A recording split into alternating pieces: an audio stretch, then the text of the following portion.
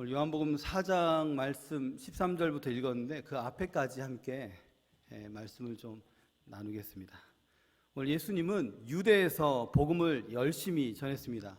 열심히 하면 항상 반대하는 사람들이 있기 마련입니다. 복음이 전해지면 핍박도 따라옵니다. 예수님이 이 바리새인들의 핍박을 피해 갈릴리로 올라가십니다. 올라가니까 위로 가겠죠. 예수님은 유대에서 갈릴리로 이제 올라가십니다. 빠른 길은 직진하면 됩니다. 우회하면 시간이 오래 걸립니다. 그런데 사람들은 이 갈릴리로 갈 때 대부분 우회해서 갑니다. 왜냐하면 이 사마리아가 있기 때문에 사마리아를 피해 가려고 우회를 하는 것입니다. 유대인들은 사마리아에 대해서 인에 대해서 적대적이었습니다. 그런데 예수님은 이 유대에서 직진하여 그 유대인들이 적대적으로 생각하는 사마리아를 지나가십니다. 유대인들이라면 다들 만나기 꺼려하는 그 사마리아를 왜 주님은 찾아가실까? 이 사마리아에 또 누구를 찾아가실까? 어떤 여인을 찾아가실까? 그리고 그 여인에게 무엇을 주실까? 그리고 그 여인이 어떻게 하기를 바라실까? 이렇게 한번 질문을 던져봤습니다. 누구에게 가는 것일까? 무엇을 주러 가시나? 또 어떻게 하라고 하시나? 한번 질문을 던져봤습니다. 첫 번째로 예수님은 누굴 만나러 사마리아에 가셨나? 이것은 물론 우리가 잘 알고 있듯이 사마리아 여인이라고 답을 알고 있지만 수가성 여인이라고 알고 있지만 그 여인이 아니라 사실은 허물덩어리인 우리를 주께서 찾아오신 사건입니다. 그래서 첫 번째 타이틀은 허물덩어리를 찾아오신 예수님입니다. 요즘도 사마리아의 수가성 여인이라고 하면 도덕적으로 타락한 여성이라고 말합니다. 이 본문석에 사마리아의 수가성의 여인은 세상적으로 말하면 망한 여인이었습니다. 절망하는 여인이었습니다. 절망을 품은 여인이었습니다. 미래, 꿈 이런 것과 상관이 없었습니다. 어떤 이가 아마 이 여인에게 다가가서 당신은 왜 삽니까? 라고 묻는다면 죽지 못해 삽니다 라고 대답할 것 같습니다. 왜냐하면 그 이유가 잘 본문에 나와 있습니다. 그녀의 남편은 5명이었습니다. 당시 상황을 볼 때 이 전쟁통에 5명의 남편을 잃었거나 사별했단 말이죠.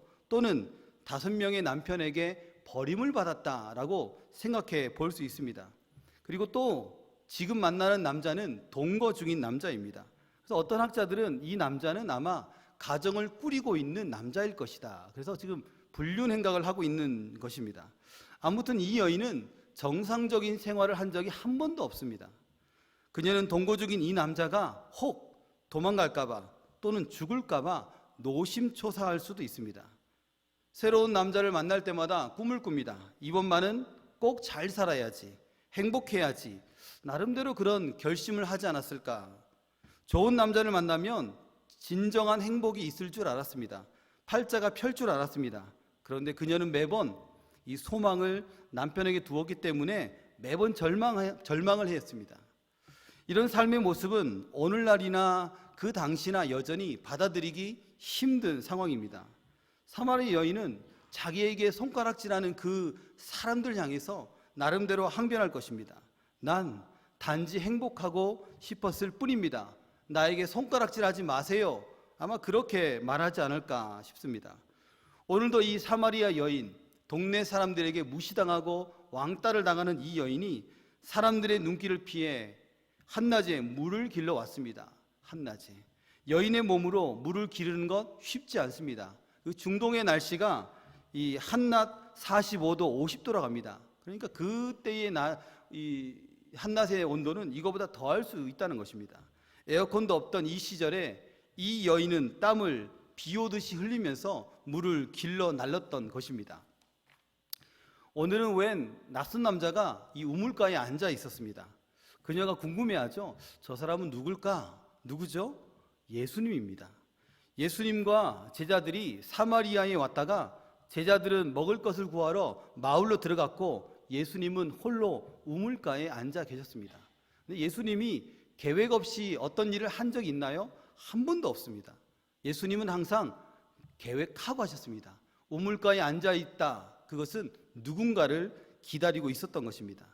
휴대폰도 없던 그 시대에 마치 사마리아 여인과 예수님이 미리 만남을 약속한 것 같습니다. 그러나 이 만남은 순전히 예수님의 선하신 결심에 의한 선택이었습니다. 여러분이 예수님을 믿게 된 이 모든 것도 사실은 여러분이 믿은 것 같으나 실제로는 우리 주님께서 우리 가운데 찾아오신 놀라운 사건입니다. 주님은 우리가 전혀 하나님을 모를 때 그때부터 하나님이 우리를 알고 계셨고 보고 계셨다는 것입니다. 그때도 여전히 우리의 삶을 인도하셨고 또한 지금 주님을 개인의 구조로 영접한 이 시점에서도 여전히 주님은 우리의 삶을 꼼꼼하고 세심하게 인도하십니다. 놀라운 일이죠. 눈에 보이지 않는 하나님의 손길이 우리의 삶에 곳곳에서 개입하고 계셨다는 것입니다. 제가 어릴 적에 그때는 자전거가 이게 요즘 아이들처럼 좋은 자전거 아니었죠. 저희 아버지 자전거를 항상 타고 다녔는데 아버지 자전거를 딱 타다가 뒤에 이제 누군가를 태우고 싶으니까 그때 사촌 여동생을 뒤에 태웠습니다. 당시 옆으로는 큰 또랑이 흘렀습니다. 그 또랑이 제법 깊어서 떨어지면 크게 다치는 그런 곳이었습니다. 자전거를 운행 중에 아버지 자전거니까 운전이 미숙하죠. 미숙하니까 비틀비틀 거리다가 또랑으로 떨어질 뻔했습니다. 그러다가 옆에 있는 전봇대를 간신히 붙잡아서 이 떨어질 것을 모면했습니다. 정말 아찔한 순간이었습니다. 그때가 제가 초등학생이었는데 그 당시는 예수님을 믿지 않았습니다. 어린 마음에 놀란 가슴을 쓸어내리며 그런 생각을 했습니다. 분명 누군가가 나를 도와줬다. 이 상황에서 내가 떨어질 수밖에 없었는데 누군가가 나를 도와줬다. 어린 마음에 그런 생각을 했더랬습니다. 위험한 일이 처했을 때 하나님의 보이지 않는 손, 그 손은 여전히 우리의 모든 삶 속에서 일하고 계신다는 것입니다. 저희가 섬기는 교도소가 있죠. 저희가 섬기는 교도소에 있습니다. 한 달에 한 번 갑니다. 기다리는 성도들이 있습니다. 10여 명 있습니다. 재소자들입니다. 각자 여러 가지 이유로 형을 받고 교도소에 왔습니다. 그들은 다양한 목적을 가지고 예배에 참석합니다. 처음에는 그들의 그 등치, 문신을 보면서 나름 피하고 싶다. 말 잘못했다가는 멱살 잡히거나 아니면 그보다 더한 일들을 당하겠다. 그런 생각을 했더랬습니다.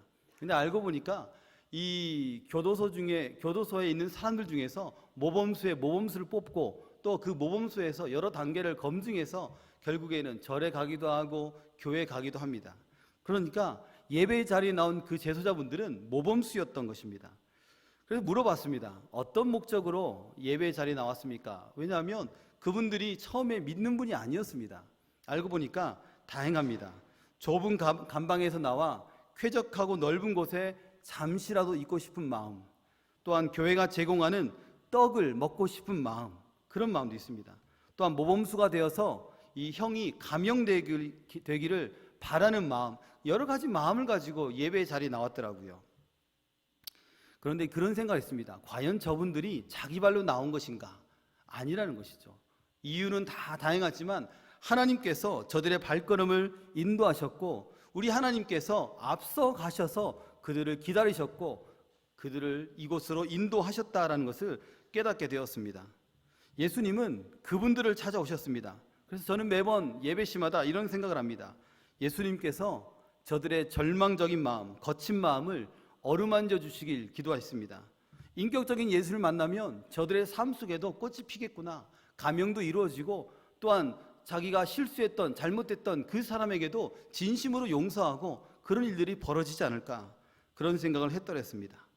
사랑하는 여러분, 이 사마리아 여인만 또한 허물 많은 여인입니까? 또한 재소자만 허물 많은 사람들입니까? 우리도 마찬가지더라고요. 우리도 허물 덩어리입니다. 예수님의 수제자인 시몬 베드로 아시죠? 시몬 베드로가 주님이 십자가에 못 박히시기 전에 주님을 3번이나 부인했습니다. 우리도 주님을 부인하며 살진 않는가? 저의 생각이었습니다. 맞습니다. 정말 많은 순간순간마다 삶 속에서 주님을 부인하며 살더라고요. 말씀을 듣다가도 말씀이 저와 부딪히면 못 견뎌하지 않았나, 그렇게 하지 않았나 생각했습니다.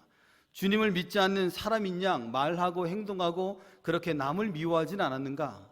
나의 행복만을 찾기 위해서 물질을 소유하기 위해 예배는 뒷전에 두진 않았나? 우리 주님이 우리를 불쌍히 여기는 긍휼 덩어리였다면 우리는 허물 덩어리였습니다. 군산 선유도 해안 절벽에 백합 모양으로 작은 꽃이 피었습니다. 아침에 이슬을 머금고 있다가 해가 탁 뜨면 꽉 꿰물고 있던 그 잎들을 하나둘 펼쳐 보였습니다. 이 꽃을 보러 많은 사람들이 이곳에 이 아침에 일찍 일어나 들릅니다. 물 한 방울 없는 척박한 바위 틈에 아름답게 펴있는 산자골을 보며 연신 이 카메라 셔터를 눌러댑니다.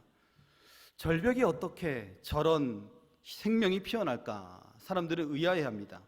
절벽은 생명이 끝나는 곳이기도 하지만 아름답게 피어나는 곳이기도 합니다. 우리의 절망의 끝자락이 있습니까? 그곳에도 생명의 아름답게 피어날 수 있습니다. 우리 예수님이 절망의 끝자락에서 허물덩어리인 우리의 손을 붙잡아 주시기 때문입니다.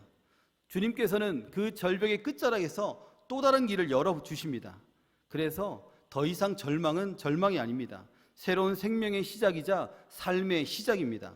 바라옵기는 우리의 삶의 환경이 어떠하든지 간에 우리 주님의 그 생명력 넘치는 손을 꼭 붙들고 새로운 삶을 사시는 저와 여러분들이 되시기를 소망합니다. 예수님은 우리를 찾아오셨습니다. 그리고 우리에게 무엇을 주셨습니까? 두 번째는 얼음 냉수를 주셨습니다. 이것은 성령의 선물을 주셨다라는 것입니다. 그래서 우리 주님은 얼음 냉수 같은 예수님이십니다. 어떤 사람을 만나면 스트레스 때문에 이 사람은 내가 다시는 안 만나야지, 그런 마음을 갖죠. 어떤 사람을 만나면 스트레스도 눈 녹듯이 사라지게 하는 사람이 있습니다. 이 사람은 자주 만나야겠다. 우리 여러분들은 후자입니까? 아니면 전자입니까? 네. 알 수 없죠. 네. 어렵습니다. 굉장히. 그렇죠?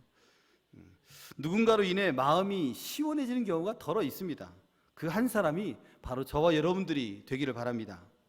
잠언 25장 13절입니다. 우리 함께 잠언 25장 13절 제가 읽어드리겠습니다. 충성된 사자는 그를 보낸 이에게 마치 추수하는 날에 얼음 냉수 같아서 능히 그 주인의 마음을 시원하게 하느니라. 아멘. 우리 주님은 얼음 냉수와 같이 우리의 마음을 시원하게 하십니다. 이제 얼마 안 있으면 여름이 다가왔는데 우리 주님이 있으니까 걱정하지 마십시오. 죄를 걷어내시는 주님, 그리고 성령을 부어주시는 주님이시기 때문입니다. 죄 때문에 죄가 얼마나 두꺼운지 더워서 죽을 것 같습니다. 그런데 그 죄를 주께서 걷어내십니다. 성령을 부어주십니다. 여인이 보고 의아해합니다. 여인의 마음속에 당신 누구지? 유대인 같은데 웬 사마리아에? 웬일이야? 가란 말이죠. 유대인들은 보기도 싫으니까 가란 말입니다. 당신도 우리 꼴 보기 싫잖아. 우리도 당신 꼴 보기 싫어. 예수님이 그녀의 마음을 알아봤습니다. 여인이여, 물 좀 주시게 합니다. 사마리아 여인이 말합니다. 당신은 유대인이면서 왜 내게 물을 달라고 하는 겁니까? 정말 희한한 분이네요. 주님이 말씀하십니다. 요한복음 4장 10절입니다. 같이 함께 읽겠습니다. 예수께서 대답하여 이르시되 내가 만일 하나님의 선물과 또 내게 물 좀 달라 하는 이가 누구인 줄 알았더라면 내가 그에게 구하였을 것이요 그가 생수를 내게 주었으리라. 아멘. 예수님이 무엇을 준다고 했습니까? 생수, 선물 준다 했습니다. 선물을 주겠다 했고 생수를 주겠다 했습니다. 그런데 사마리아 여인은 믿지 못합니다. 동네 사람들이 저를 미워해서 보세요, 두레박도 치워버렸습니다. 두레박이 없는데 어떻게 물을 기를 수 있습니까? 그리고 당신은 딱 봐도 부자 같지 않은데 내게 무슨 선물을 준단 말입니까? 이 여인의 마음이 그러했다는 것입니다. 주님이 말씀하십니다. 요한복음 4장 14절입니다. 함께 읽겠습니다. 내가 주는 물을 마시는 자는 영원히 목마르지 아니하리니 내가 주는 물은 그 속에서 영생하도록 솟아나는 샘물이 되리라. 아멘. 예수님의 이 말에 여인의 눈이 휘둥그레졌습니다. 뭐? 영원히 목마르지 않는다고? 여인이 그런 물을 달라고 합니다. 그런 물이 있다면 나에게 주십시오. 이제는 이 더운 날 이 고생 안 해도 되지 않습니까? 당신은 우물이 있다는 것은 대단한 부자였습니다. 솟아나는 물이니 물길로 올 필요도 없고 남 눈치를 보지 않아도 되는 일이었습니다. 그러자 뜬금없이 예수님이 이 우물 얘기하다가 갑자기 다른 이야기가 진행됩니다. 무슨 이야기죠? 남편 이야기입니다. 남편 이야기.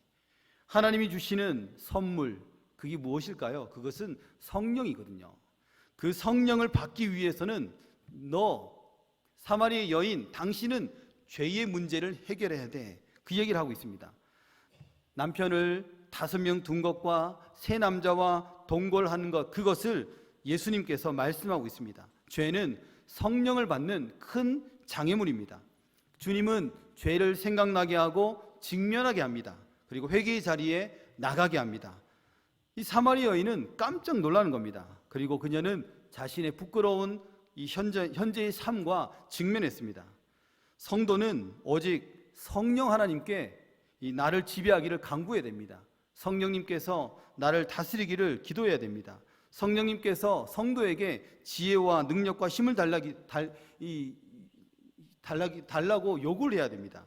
그러나 죄에 묶여 있는 사람은 성령의 지배를 받지 않기 때문에 성령이 주시는 이러한 힘과 능력, 지혜를 전혀 구하지 않습니다. 왜일까요? 죄 때문에. 죄가 너무 두껍게 우리의 마음을 칠하고 있어서 성령의 능력을 의지할, 성령의 능력을 간구할 힘이 전혀 없는 겁니다. 그래서 그들은 순전히 내 힘으로 살아갑니다. 죄에 묶여있는 인생, 내 힘입니다. 은혜가 없으니까 죽을 마시고, 은혜가 없으니까 힘듭니다. 동력이 없으니까 힘에 붙여 죽을 마십니다. 이것이 어떤 사람입니까? 죄에 묶여있는 사람의 모습입니다. 그래서 성도는 죄에 묶여 살아가는 것이 아니라 성령의 붙들림 바 되어 살아가야 합니다. 성도의 은혜의 근원, 힘의 근원은 성령 하나님이십니다. 예수님께서 생수와 같은 성령님을 이 사마리아 여인에게 부어 주었습니다. 그녀가 이제 성령의 도구로 바뀌었습니다. 이 세상에서 가장 비천했던 그 여인이 가장 고귀한 성령의 사람이 되었습니다. 그렇게 변화했던 그 여인이 이 귀하디 귀한 물동이를 내팽개두고 동네에 들어가서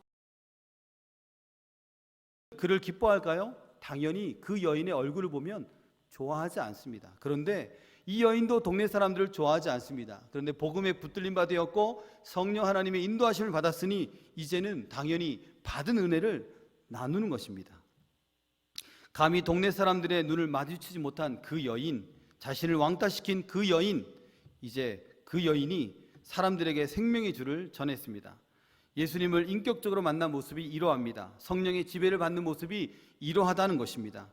그러곤 수많은 사람들이 예수님 앞에 나와왔습니다. 많은 이들이 주님을 영접했습니다. 척박한 여인의 마음이 회복되었죠. 또한 유대인들로부터 무시당하는 그 땅 사마리아가 복음으로 새롭게 세워져 갔습니다. 주님을 만난 사마리아 그 많은 사람들의 고백을 한번 들어보겠습니다. 요한복음 4장 42절입니다. 함께 읽겠습니다.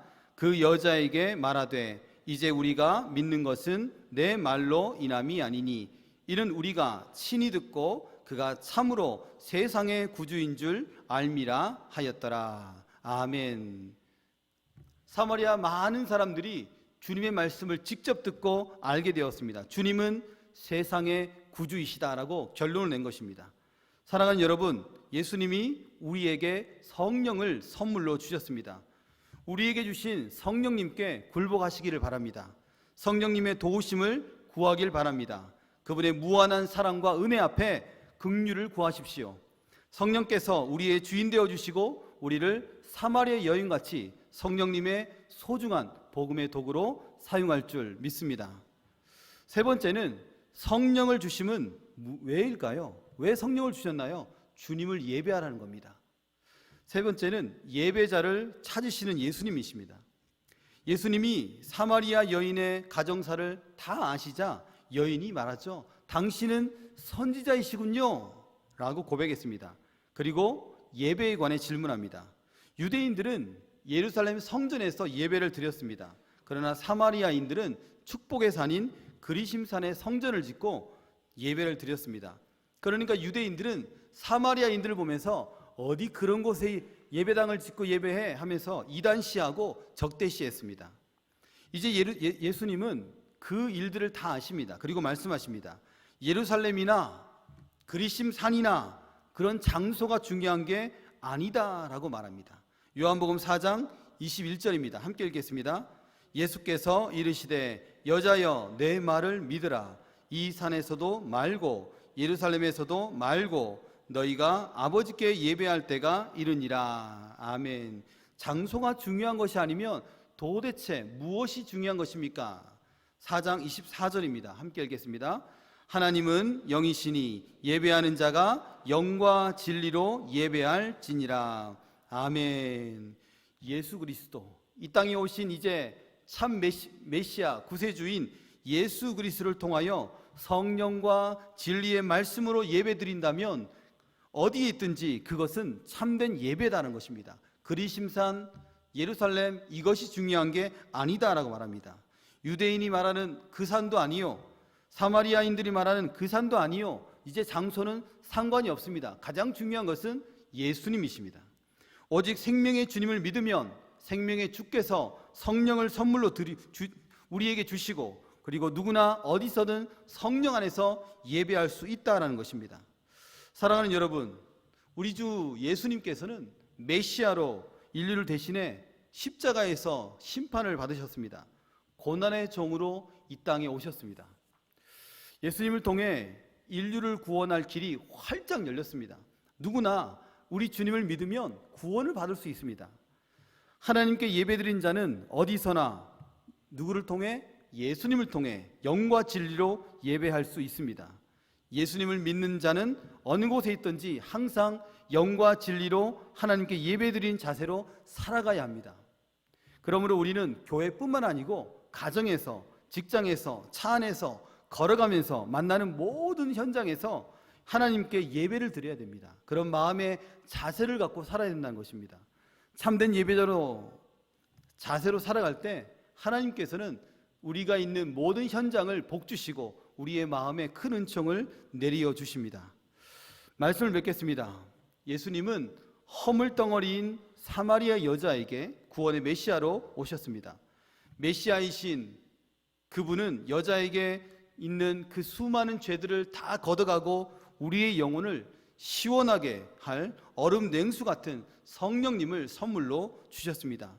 이제 누구든지 그리스도를 개인의 구주로 영접하면 하나님의 자녀가 될 수 있습니다. 누구든지 하나님의 그 자녀, 그 예배 안에서 구원의 은혜를 누릴 수 있게 되었습니다. 오늘 살아가는 우리가 바로 이 허물덩어리인 여인과 같습니다. 우리 주님께서 허물 많은 우리를 친히 직접 먼저 오셨고, 먼저 기다리셨고, 그리고 우리의 죄를 깨끗이 씻겨주셨고 우리를 영접하였습니다. 그리고 우리에게 성령님을 선물로 주셨습니다.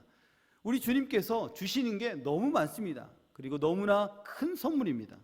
그리고 성령 안에서 참된 예배로 하나님께 드려지게 하셨습니다. 허물에게 자유케 하신 예수님, 성령의 충만을 주신 예수님, 참된 예배자가 되게 하신 그 예수님께 감사와 영광을 돌려드리는 저와 여러분들이 되기를 축원합니다.